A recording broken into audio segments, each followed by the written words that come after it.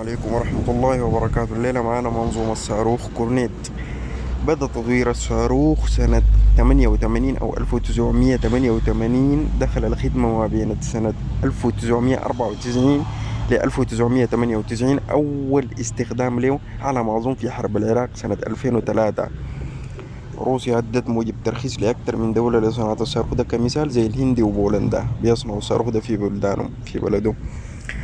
ف بتستخدم الحكومة المصرية، الحكومة العراقية، الحكومة الباكستانية، الجزائرية، المغربية، الليبية، حكومات كثيرة. ده دلالة على إنه الصاروخ فعال، الصاروخ مصنوع فقط عشان يضرب دبابات الإبرامس الأمريكية A1 B1 أو الليوبارد الألمانية، ودبابات حلف الناتو بشكل عمومي كده، تشالنجر، دبابات الفرنسية، تشالنجر الإنجليزية، ليوبارد الألمانية، الإبرامز الأمريكية زي ما ذكرنا سابقا.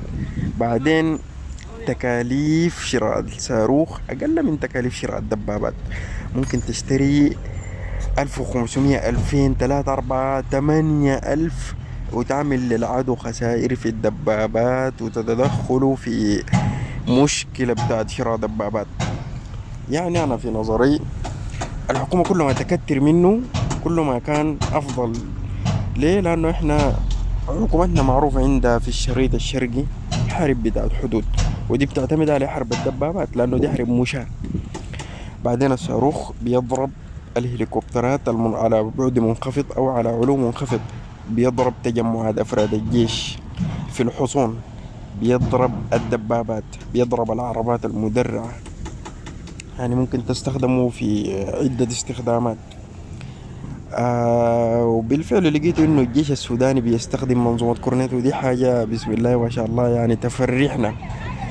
بس كل ما كانت الكمية أكبر كل ما كان أفضل، لأنك حتوقع أكبر عدد من الدبابات في عدوك أو في الأعداء وبثمن قليل. يعني عدوك بيجيب حاجة ب2 3 مليار دولار، انت ب500 مليون بس ممكن تدمر له السلاح بتاعه ده كله، ويكون باقي عندك لسه في المخازن بتاعتك كمية كبيرة من السلاح ده. سلاح صغير الحجم وسلاح فعال. والله يوفق الجيش السوداني والله يحمي البلد إن شاء الله.